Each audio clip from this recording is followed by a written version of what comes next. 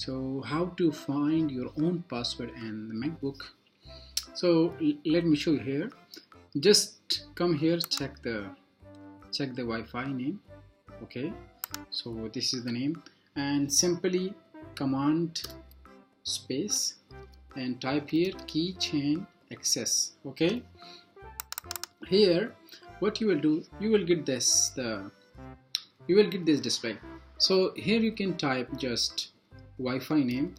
Okay, and you have to come local item. Okay, system node local item, down I will click, and here show password, and just put your username password. Okay, just as normal as when you open your MacBook, and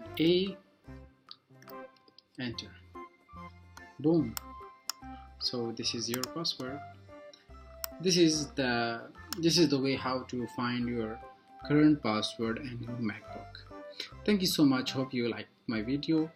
Don't forget to thumb up, comment and subscribe. Thank you so much.